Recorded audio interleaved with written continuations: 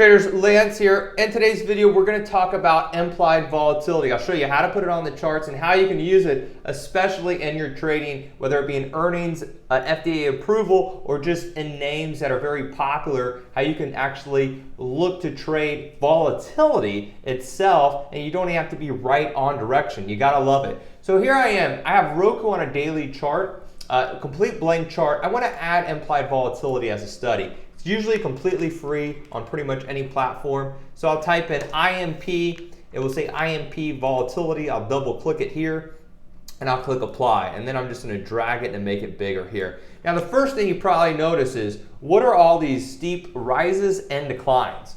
Well, when you think of implied volatility, think of it as, let's just say car insurance, for example. If you're driving a Toyota Camry, your car insurance is probably gonna be pretty cheap. If you're driving a yellow Lamborghini, your car insurance is probably going to be at a premium. That's what happens ahead of an earnings event, an unknown event, maybe like an FDA approval in a biotech stock, where they will charge you a premium for those option prices. So that's exactly what we see in Roku. See how volatility sky high, volatility sky high, volatility sky high, and what do they all have in common? Earnings, earnings, earnings. Because there's an uncertainty. Nobody knows what Roku's going to do on earnings. Therefore, the market makers jack up implied volatility and they jack up the price of the option. So we would consider that an high IV.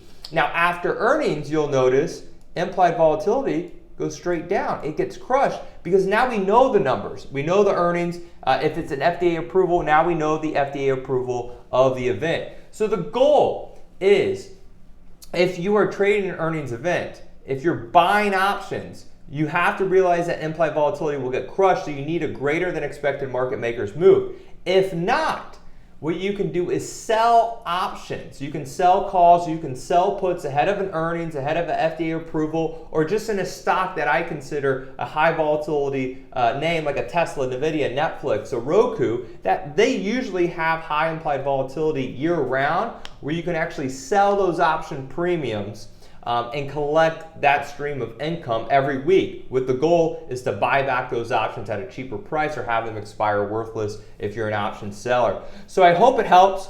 Always look at implied volatility, especially when you're trading options. It will be a very key to success, and sometimes you can make money just off an implied volatility spike and you don't even have to be right on direction. That's what I love.